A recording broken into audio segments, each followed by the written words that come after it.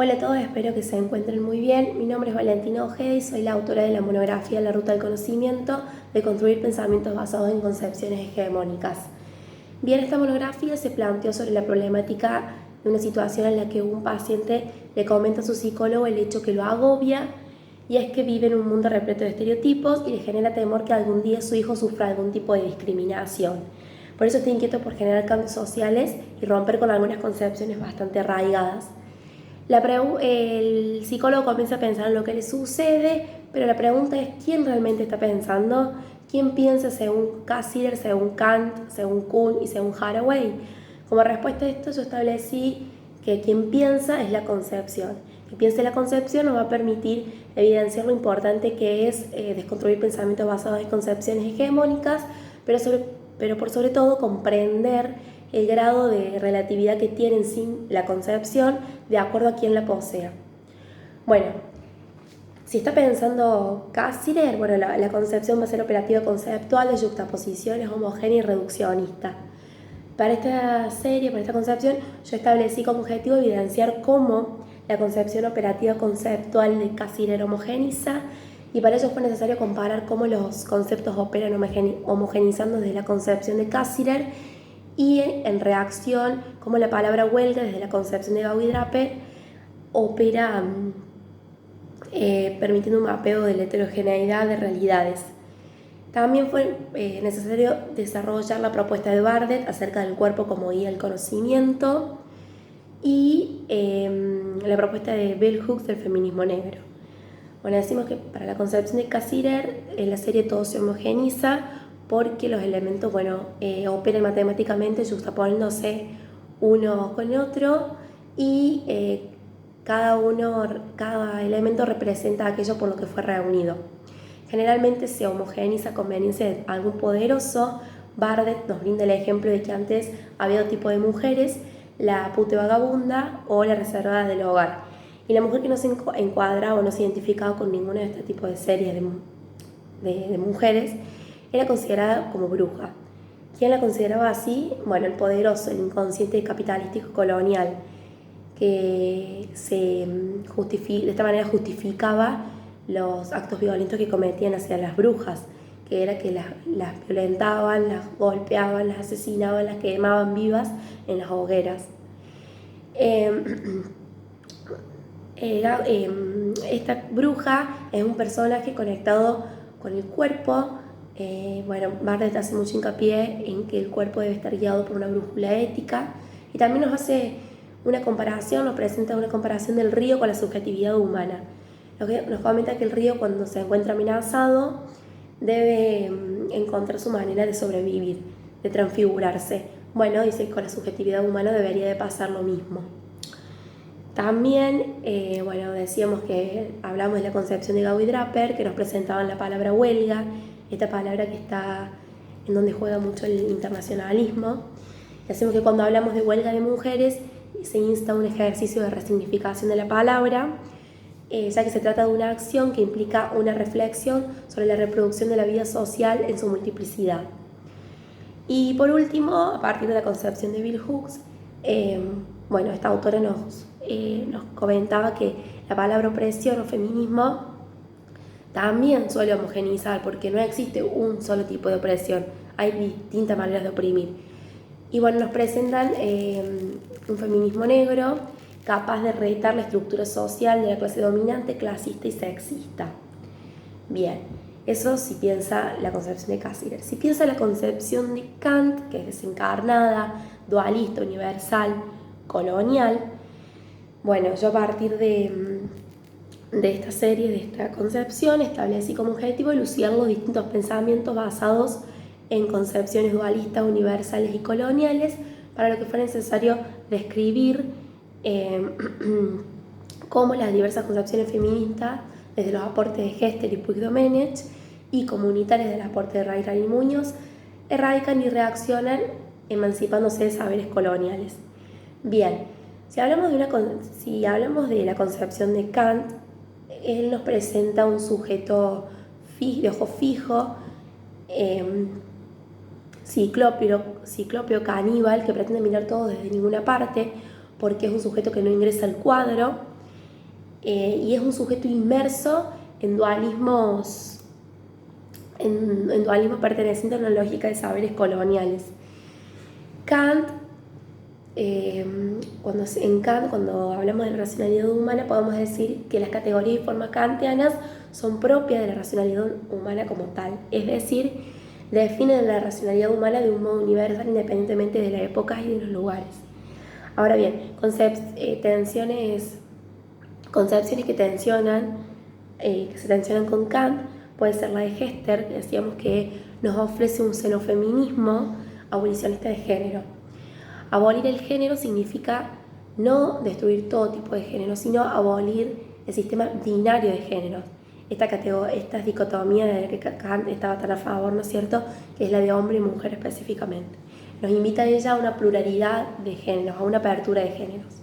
Y por otro lado tenemos la concepción de Puig-Domenech, que ella nos ofrece la palabra provincializar, oponiéndose a esto que la racionalidad humana no tenga dependencia con la época y el lugar.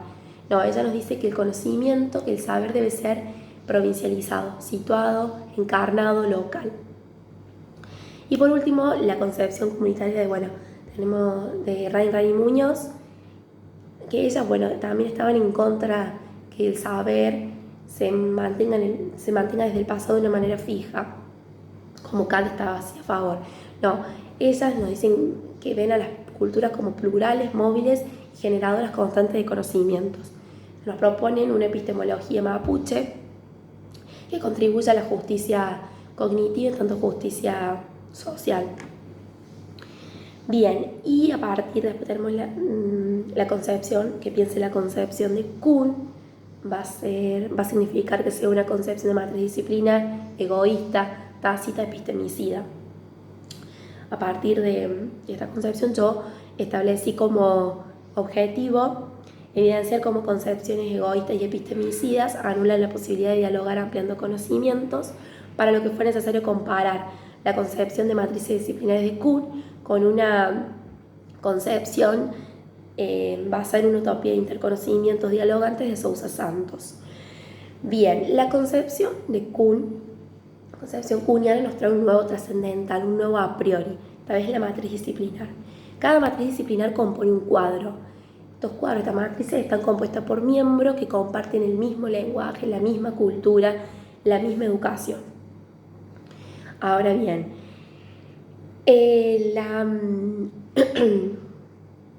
la multiplicidad de matrices disciplinares conduce a un problema de racionalidad comunicativa.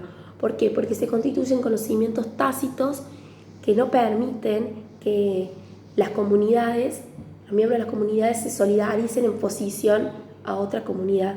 Entonces, de esta manera se desemboca en epistemicidios. Ejemplos de epistemicidios, Sousa Santos nos brinda en su texto Más allá del pensamiento abismal el ejemplo de la línea, de que tenemos de un lado de la línea y lo que está del otro lado de la línea. Todo lo que está del otro lado de la línea se considera como inexistente, o se los pone bajo el rótulo de creencias, subjetividades, brujerías, esas son maneras de asesinar conocimientos, saberes.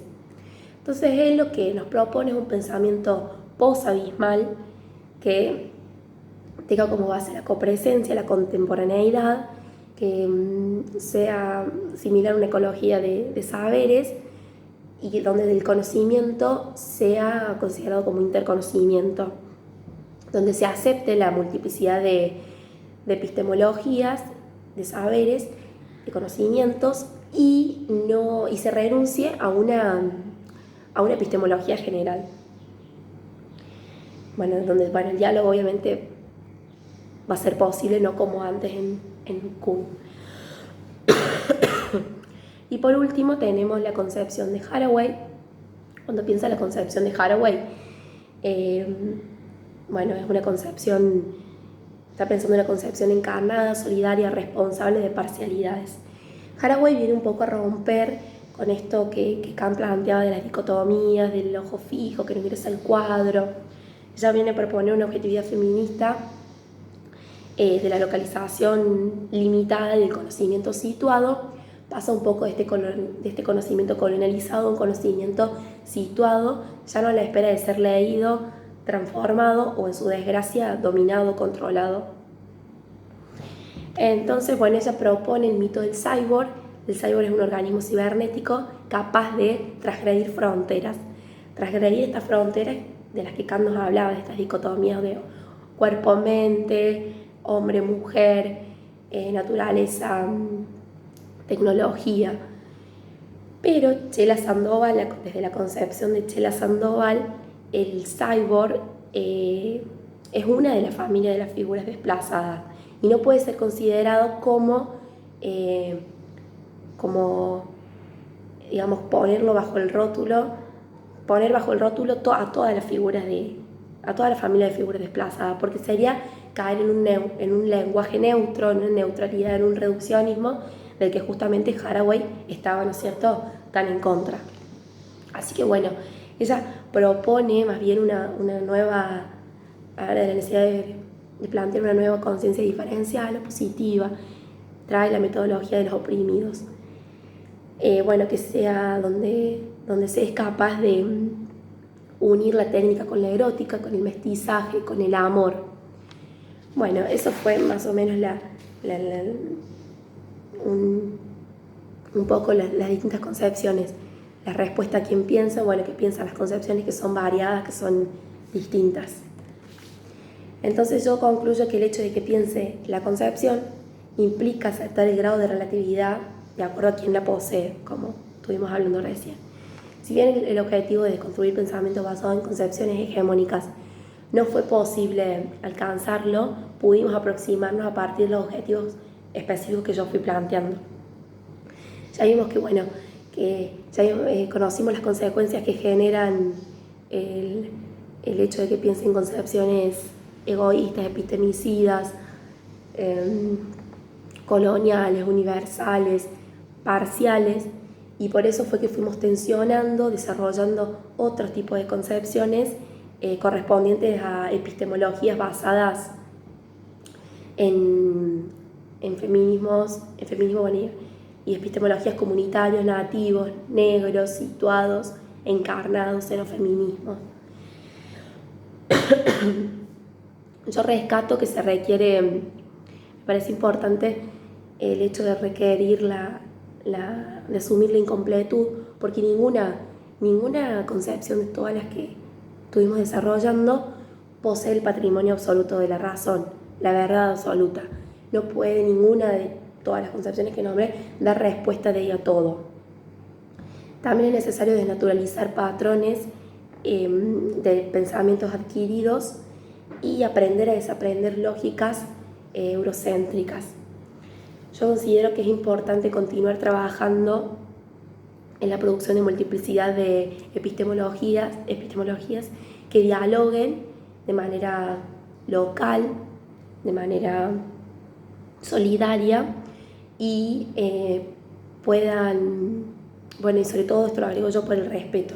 Me parece que el respeto va a ser a futuro un elemento, un componente básico del combustible que va a poner en marcha el vehículo que nos va a transitar por la ruta del conocimiento.